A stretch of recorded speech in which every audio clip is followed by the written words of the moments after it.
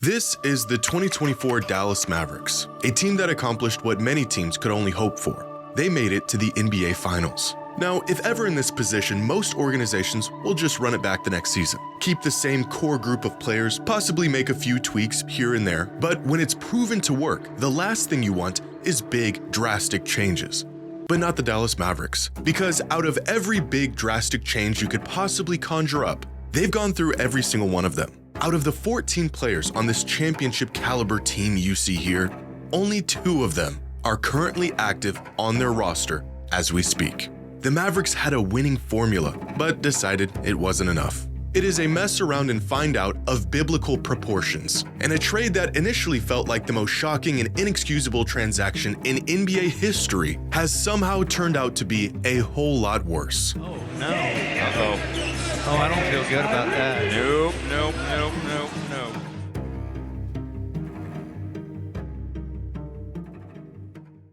Today's video is sponsored by SeatGeek. Whether you're looking for concert tickets or the best seats at the game, SeatGeek has it all. The #1 rated ticketing app with over 28 million downloads. On SeatGeek, there are more than 70,000 listed events from sports to concerts to festivals and more. For years now, I've been exclusively using SeatGeek to find the best tickets for everything, including my Blazers, where I can browse seating, search for tickets, and get the best deals. And with every ticket backed by their buyer guarantee, once I buy my ticket, I know I'm good to go. And right now, you can get 10% off any tickets by downloading the SeatGeek app and using the promo code Jimmy10. Just click the link in the description to download the app and have the code automatically added to your account to use at any time. That's promo code Jimmy10 for 10% off any tickets, only on SeatGeek. 25 minutes.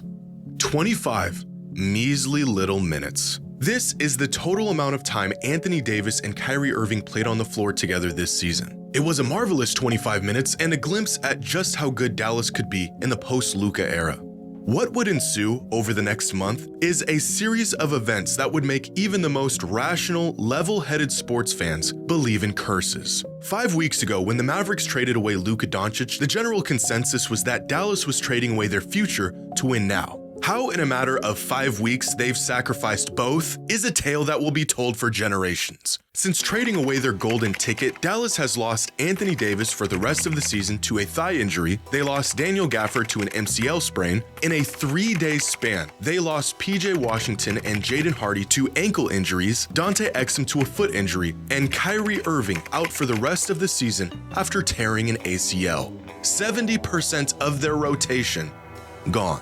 And no generational super megastar to carry the load in the meantime. Under any other circumstance, a wave of injuries like this would be unbelievably bad luck. And that's really what it is, just sheer bad luck. But it sure doesn't feel like it. Now, I'm not a superstitious person. Everything that happens can be attributed to some rhyme and reason, some cause and effect. But when you throw your franchise player out of the building and call him a fat, lazy heathen before slamming the door in his face, bad luck is gonna look a little bit more like retribution. And it is so much worse than we could have imagined. Last season, the Mavericks roster played a total of 18,134 minutes on the court. That's the combined minutes of every player on their roster throughout the regular season. As of this week, only 10% of those minutes are on their active roster. 10%. That means 90% of all minutes from last season are not currently active or playing for the Dallas Mavericks. And many of these players will continue to be out for considerable time, if not the rest of the season. The returning 10% of playing time comes from their backup center, the 8th man, and a man that's been on a 2-way contract for the last 2 seasons. If you have a Mavericks fan in your life, check on them, see how they're doing. Because what has happened to them and their team is criminal. The only consolation to the Luka trade was that at least for the near future, the Mavericks would be in title contention with Kyrie and Davis, that they would be winning games while the Lakers were prepping Luka to take the torch from LeBron before he retires.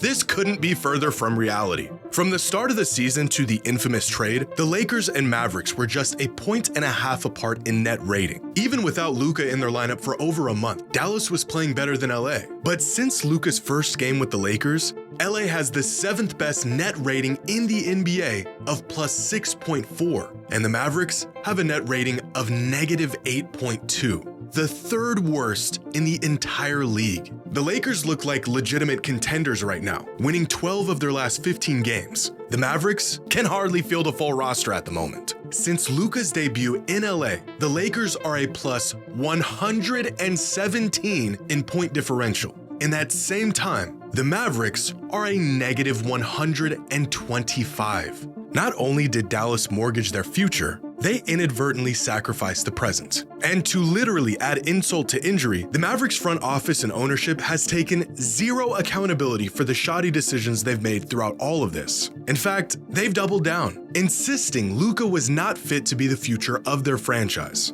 But the real kicker to all of this is that in the one game that we saw how this team was intended to look, they played great. Even after Anthony Davis went down, Kyrie Irving stepped up and played some of the best basketball of his entire career, averaging 31 and 6 a game and carrying the offensive load for Dallas. But to pull this off, the Mavs had to play Kyrie far more than he ever has. Over the last month and a half, Kyrie played the most minutes per game of any player in the entire league, not out of desire, but out of necessity. The Mavs needed him to play as much as possible in the absence of Luka and then AD. Over that same time span, in the 5 games Kyrie didn't play and in the one he left early due to injury, the Mavericks went 1-5 and lost by an average margin of more than 20 points. It's impossible to know if Kyrie's injury was exacerbated by the excess minutes he was spending on the court. But playing an aging 33-year-old injury-prone point guard more minutes than he's ever played before feels like a catalyst. Losing AD in his first game with the team felt like the worst-case scenario. And then Dallas lost half of their roster, and then they lost the player who was single-handedly keeping them afloat. Which brings us here. And with a Dallas Mavericks team that doesn't share an ounce of DNA with the team that made it to the finals just last season. Now, you hate to see any player get injured, regardless of the circumstance. The health of the players takes precedence over everything else that's going on. But the Mavericks specifically cited Luka's health as a major concern and one of the main reasons why they didn't see a future with him. The fact that directly following these statements, the Mavericks have been hit with one of the worst injury plagues we've seen in recent history, while Luka is absolutely obliterating every team he faces on 2 healthy legs, is a level of irony that is almost too strange to even believe. As if the basketball gods are punishing them for the rash and brazen treatment of their former star. A curse. When in reality, this is the result of trading away your best player, swapping him for a player who is often injured, working your remaining best player into the ground, and stumbling into a stretch of bad luck with absolutely no recourse. Right now, the outcry from Mavericks fans is enough to make anyone want to go and protest with them. You know it's bad when Wizards fans are offering you their condolences. To no fault of their own and against their wishes, in mere months, they went from cheering on Luka and Kyrie in the NBA Finals to watching their team dissipate and be reduced to rubble. And yet, despite their disappointment for how all of this has unfolded, Maverick fans are still as steady and passionate as ever, sticking by a franchise that has completely undermined them and their loyalty. But just this past week, the Mavericks offered their fans a token of appreciation, a gift to alleviate the recent betrayal they were put through, by raising ticket prices 8%. Truly a masterclass of basketball mismanagement spearheaded by the worst trade in modern sports history.